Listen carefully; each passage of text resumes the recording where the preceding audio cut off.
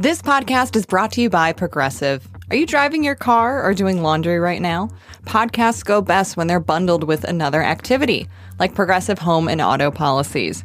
They're best when bundled, too. Having these two policies together makes insurance easier and could help you save. Customers who save by switching their home and car insurance to Progressive save nearly $800 on average. Quote a home and car bundle today at Progressive.com. Progressive Casualty Insurance Company and Affiliates. National average 12-month savings of $793 by new customers surveyed who saved with Progressive between June 2021 and May 2022. Potential savings will vary. This episode is brought to you by Shopify. Forget the frustration of picking commerce platforms when you switch your business to Shopify, the global commerce platform that supercharges your selling wherever you sell. With Shopify, you'll harness the same intuitive features, trusted apps, and powerful analytics used by the world's leading brands. Sign up today for your $1 per month trial period at shopify.com/tech, all lowercase. That's shopify.com/tech. Last April, a sports movie came out. You don't know what tennis is. It's a relationship. But it wasn't just any sports movie. It was Challengers, a romance-flavored romp starring Zendaya and two up-and-coming guys named Josh O'Connor and Mike Feist. Art's got his coach, Tashi Donaldson, who also is his wife. I'm playing for both of us, Tashi. This movie promised everything. Tennis, thruples, a killer soundtrack, and of course, beautiful young stars being mischievous and, well, beautiful. It's my favorite movie of the year so far. I absolutely adore this movie. Ash Nelson is a marketer and business journalist. They saw Challengers 4 times in the theater and were really excited to own a copy of this movie. During the lead up to the film's release, social media posts had revealed the details of some of the film's most complicated shots. The technical aspects of making some of those parts of the movie, for those who haven't seen it, it's not really a spoiler, but there is a moment in the movie where the POV is the tennis ball. And you're sort of whipping across the court in between these two, like, lifelong competitors, friends, enemies, lovers. And I'm like, how do you do that? Is that CGI? Like, I know they're not strapping a nano camera to the tennis ball. And there's also a scene where the audience sort of goes beneath the court, and we're supposed to be looking at them playing from beneath, but it had to have been, like, a clear, like, plexiglass tennis court. In the past, these "how did they do that" explainers would end up in the special features section of a DVD. But now, the only way to find this type of trivia is to go to Zendaya's Instagram or read interviews with the director. Later, the company releasing the film announced that none of this background content was going to be on the Blu-ray version of Challengers. In fact, the movie wasn't even going to be released in 4K, which is the best viewing experience outside of a movie theater. Yeah, it was very, very surprising. And a lot of people online were really surprised as well. Fans lose a sense of ownership. There's sort of a level of fandom that's become really important to what we consume, more so than how it was when I was younger, and not really how I do it now. I like pay attention to actors and actresses and certain directors, but I just sort of see everything. So I think not including those more personal pieces, fans are missing that sense of ownership. It's hurting the studios, because how else are you going to pack value into what a lot of people consider a dying medium or like a dying artifact? According to CNBC, DVD sales plummeted 86% between 2006 and 2019, and that could have big ramifications for fans. Late last month, Paramount shut down the Comedy Central website, wiping out the entire Colbert Report archive and every episode of The Daily Show dating back to 1999. It's just the latest example of a studio yanking shows or movies from streaming. And without a hard copy, that leaves fans and creators in the lurch. But Ash says, when it comes to physical media, there are signs of life. Access is so important. People having access to more titles leads to people loving film and wanting to have power over it and wanting to have it in their physical collections. Today on the show, In a world dominated by streaming, could physical media make a comeback? I'm Cheyna Roth, in for Lizzie O'Leary. This is What Next TBD, a show about technology, power, and how the future will be determined. Stick around.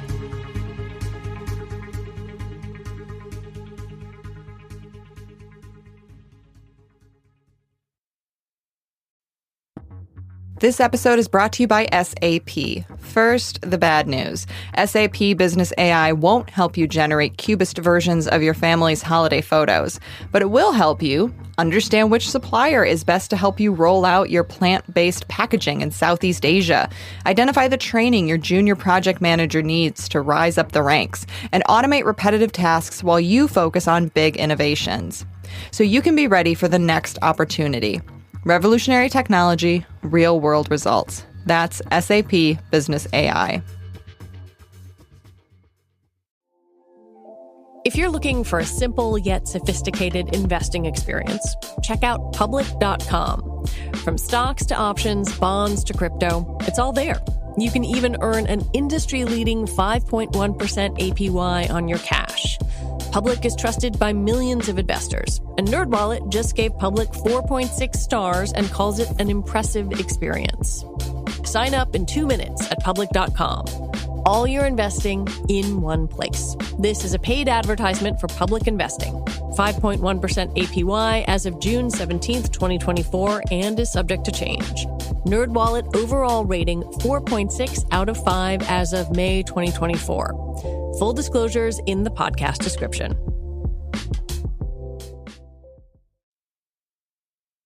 Do we know how big the market for physical movies is right now? And how has this changed over time? I mean, I'm guessing streaming plays a big role in this. The most interesting piece of all of this is when you look at DVD and disc sales, they've been down for 16 years. We know this. It's not that surprising. But when you remove specifically the DVD sales out and you're just looking at Blu-ray and 4K Ultra HD sales, they're up. They're up year over year, and it's been growing. When I was talking with some of the sources for the story, someone said it would be like including CD sales when looking at all music sales, because vinyl is up it has been up for the last 17 years. It's seen growth. So when we look at the statistics and, the sky is falling, physical media is crumbling, obviously it's not doing the best it could be, but the market for these higher quality discs are actually doing incredibly well, and a lot of these labels are taking advantage of that. So who's buying them? I mean, obviously, I'm probably the only one buying DVDs. I found one at a library book sale that looked interesting. But who is buying these Blu-rays and these 4K Ultras? For a long time, it was older millennials, and sort of like Blockbuster became obsolete. Obviously, Netflix just ended their disc service, I think, last year. So for a long time, it was sort of the older millennial. But through a lot of my research, Gen Z is becoming a collecting class again. They're really interested in having physical copies of these things that they love. And I think part of that is, the scarcity mindset. We're worried about what lives on Netflix, what lives on Max, what lives on Hulu, and its ability to be ripped off and like that. It's like very deeply ingrained into how they consume, what they consume, and why they're consuming it. So it's actually, the market is getting bigger. A lot of the execs that I talked to at the labels, they joked for a long time about how it used to just be like your dad watching Iron Man in the basement. But now it's a lot of younger people rediscovering old classics. Horror is a big one. It's starting to become way more popular the same way that vinyl is becoming so deeply ingrained into our music buying again. So it seems like there's multiple reasons that people would want to own a physical copy, aside from the one that I think we've been hearing a lot lately, which is just this fear that something is going to get pulled off the internet or off of a streaming service and then not available anymore. What would you say is some of the top other reasons for wanting those physical copies? Is it just bonuses? Is it that there's, having that physical copy, particularly like a 4K Ultra, has a better quality versus streaming? what are all of these factors that are going into people's minds when they search for a physical copy? The quality is a huge piece of it. I don't own a ton of 4K Ultra HD discs, but the people that I know who do, and through reporting this story, the quality is apparently unmatched. It's just we no longer have to deal with the Netflix version being really dark and being unable to see what people are saying, or the audio being grainy. Like, these labels who are putting these discs out have gone through the greatest care to make it the highest quality product possible. And that often includes, while not only remastering, it includes including those extras, repackaging it into a beautiful product. Steelbooks are a huge deal now. And independent of like the highest quality piece of it and the scarcity mindset, people are just collecting again. One of the biggest blows to physical movie sales in the past year was Best Buy's announcement that they would no longer be selling DVDs and Blu-rays. But that has created a huge online marketplace for these products. And specialty producers like Kino Lorber and Vinegar Syndrome have tried to fill the gap. It's almost always online, and it's almost always with these like boutique labels. What was one thing that I found really interesting when I was going through the story is that Best Buy's Blu-ray collection was often supplemented by these smaller labels that like nobody knows their names of. Obviously not nobody, but like the broader movie-going audience doesn't know who Kino Lorber is or Vinegar Syndrome or Arrow Studios, but they're often a lot of the volume that's going to places like Best Buy and Walmart are through these boutique labels.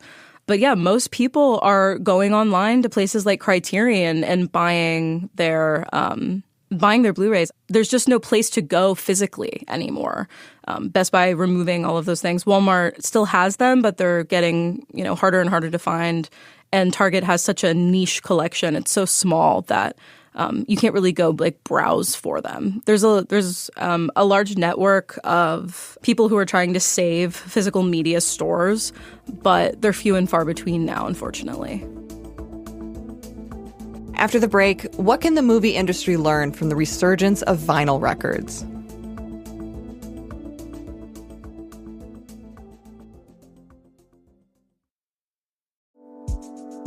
In 1978, gay people in California faced a dire threat. Proposition 6, the Briggs Initiative. The teaching profession is riddled with the homosexual element. John Briggs is going to fire every gay and lesbian school teacher in the state of California. I'm Christina Cauterucci. This season on Slow Burn, we'll explore how a nationwide backlash against gays and lesbians led to a massive showdown in California. This was tens of thousands of pissed off gay guys and lesbians roaring down Market Street.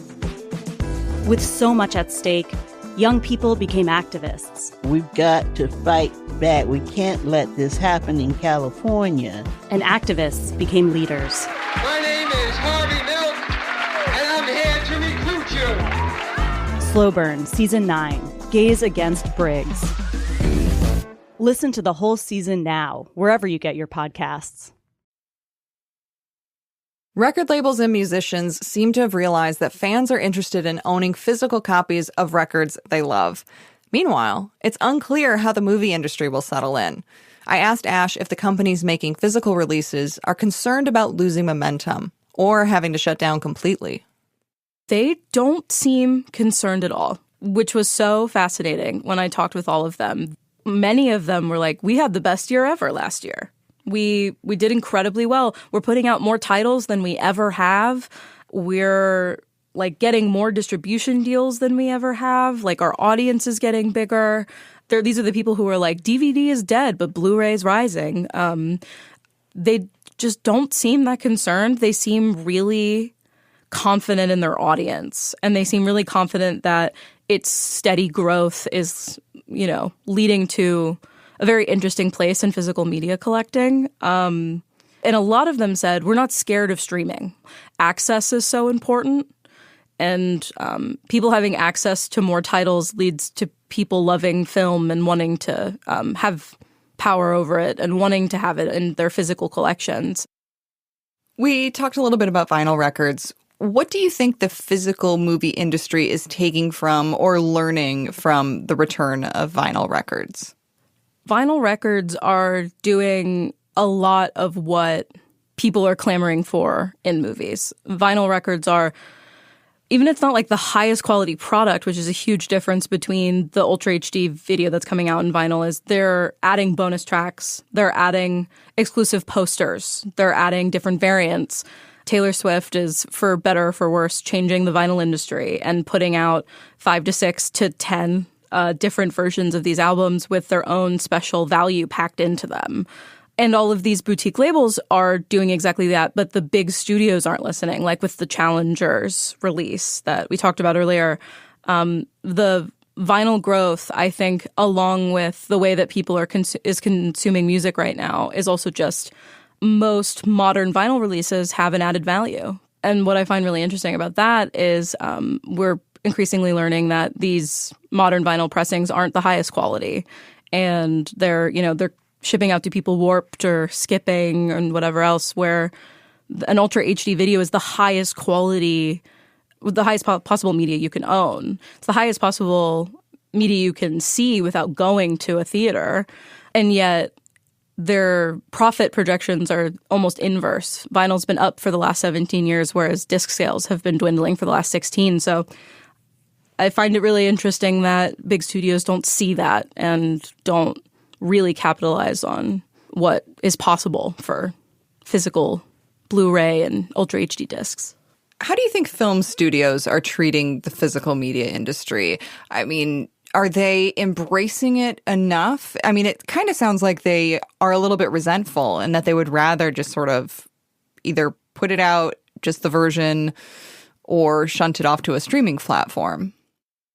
I'm not 100% sure how they view it. I reached out to a couple of studios that never got back to me when I was reporting this story, but it definitely seems like, especially by how fast a movie goes to streaming now, like there's such a short time between theater release to being available on VOD that I have to wonder if they care or not, if the bottom line is met and the streaming deal has been signed and they just don't see the value in taking that extra step, because creating Ultra HD and 4Ks are expensive. That was one thing that everyone that I talked to made very clear. It's an expensive endeavor, and it's often a risk to, take 10,000 units on this very high-tech piece of media that maybe not a lot of people understand quite yet.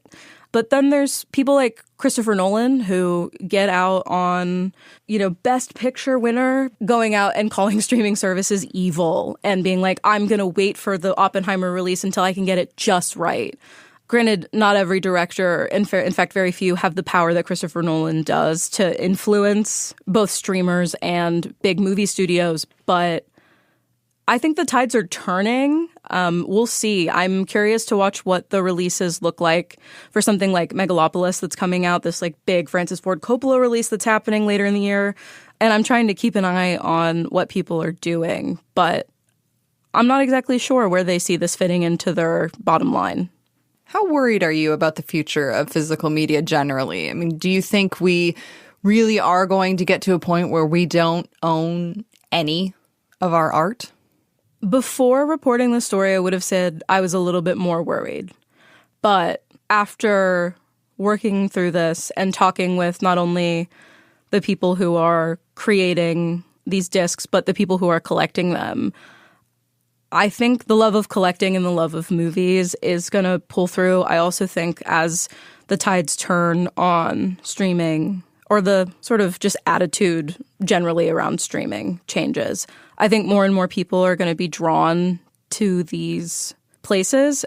Another big reason that I am not too scared is I think A24 specifically has like really proven what's possible, because they're in a really specific place where they are not only producer, but they're distributor. And they have the opportunity to put out these really beautiful releases. And because they're involved in every step of the process, the release has already been thought of before the movie's out, before the movie reaches theaters, before the marketing even begins. They've thought about commentary and what the art for the cover is going to be. And A24, I think we're finally at a place where I think it's a household name, especially for people going to the theater. And I think I'll be really interested to see if other studios try and do something that's similar that they have, because they're such a they have a very similar product to Criterion in a lot of ways. And they're so beloved among both film lovers and like casual moviegoers alike. So I am way less worried than I was a couple of months ago, but I suppose we'll see. How do you feel about movie streaming generally? Do you find it valuable for how you watch movies, or is it more of just like an ends to a mean? It's like, I just want to watch this movie, so I'll turn on streaming. No, I definitely find it valuable, especially because streaming it's not just Netflix anymore. Like, my birthday just passed, and a friend of mine got me a 3-month subscription to the Criterion channel, which is streaming, and it's opened up an entire new array of film that I may not have seen. But also, like, I live in Brooklyn, New York. I very much recognize that not everyone has the space to collect DVDs the way we did. They're not inexpensive to have. Equity among being able to consume media is really important. It's definitely, as we look at streaming, getting more and more expensive. That's also going to be a conversation. But I think streaming and access to movies is really important. And if you can't get to a theater, you can't afford to get to a theater, having these films available to you is really important. The balance of physical media and streaming is really complicated and far above my pay grade, but I definitely think that streaming has its place and it's important. I think like the shortened period between theater releases to immediately going to streaming is what's hurting a lot of things, because people will just skip out on theater because they know that in 5 weeks' time it'll be available to them with the click of a button. I think like the studios need to really figure out how they see these things working cohesively together if we're going to see every aspect of movie making and collecting really boom again. Ash Nelson, thanks for coming on the show. Thank you. Ash Nelson is a marketer and business journalist. And that's it for our show today. What Next TBD is produced by Evan Campbell and Patrick Fort. Our show is edited by Paige Osborne. Alicia Montgomery is vice president of audio for Slate. TBD is part of the larger What Next family, and if you're a fan of the show, I have a small request for you. Become a Slate Plus member. Just head on over to slate.com/whatnextplus to sign up. We'll be back next week with more episodes. Until then, I'm Cheyna Roth, in for Lizzie O'Leary. Thanks for listening.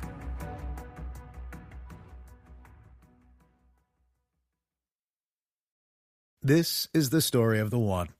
As a maintenance engineer, he hears things differently.